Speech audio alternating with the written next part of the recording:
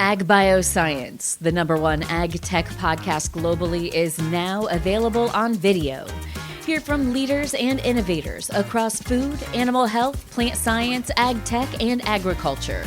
Mondays at 6 a.m. on YouTube or wherever you get your podcasts. While you're there, subscribe and leave us a review. It's the Ag Bioscience Podcast with Agronovis Indiana. Get more information at agronovisindiana.com. The internet changed how we work. AI is changing what work gets done. A bank cut loan processing from days to hours. A student built an AI scheduler, improving on-time delivery from under 70% to over 90%. Most teams know AI matters, but aren't sure where to start. InAI is Indiana's statewide AI adoption effort, built with industry, academia, and community partners, helping you move from understanding to action. Visit inaiready.com.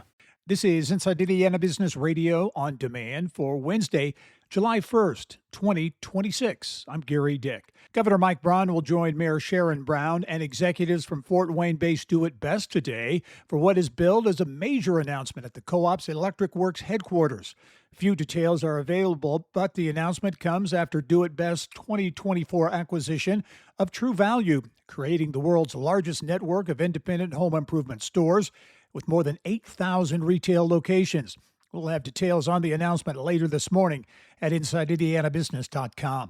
ThyssenKrupp Presta North America is providing new details on its previously announced closure of a manufacturing facility in Terre Haute. The company says it expects to begin a phased closure August 30th that will continue through next March, a process affecting more than 200 employees. The Terre Haute facility produces steering components used in automotive chassis manufactured by ThyssenKrupp Automotive Technology.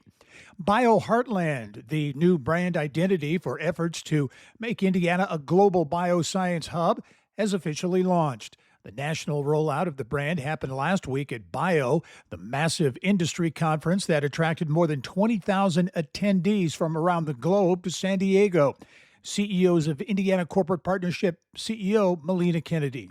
We're #1 in the life sciences exports in the whole country. We beat California last year, and a lot of people don't know that. It's not surprising because we're known for manufacturing. What a lot of people are surprised by is when we did the deep dive research, we found we were 3 times the national average in patent activity. So if there's one message for BioHeartland, it's that we not only make things here, which we're great at, we actually invent them and we move them with our great airport and our logistics expertise, and the whole value chain right here in BioHeartland in Indiana is real. From the state's #1 source for Indiana business news, you're listening to Inside Indiana Business Radio.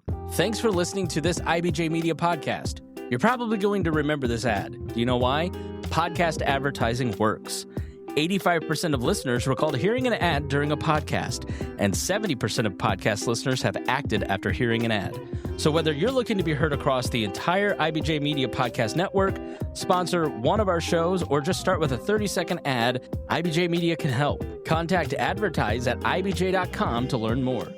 State utility regulators have approved a request from Duke Energy Indiana to install the infrastructure needed to provide electric service to a semiconductor packaging facility set to be built in West Lafayette. Duke's $20.3 million project includes new transmission lines and a switching station that would provide power to South Korea-based SK Hynix's $3.87 billion project.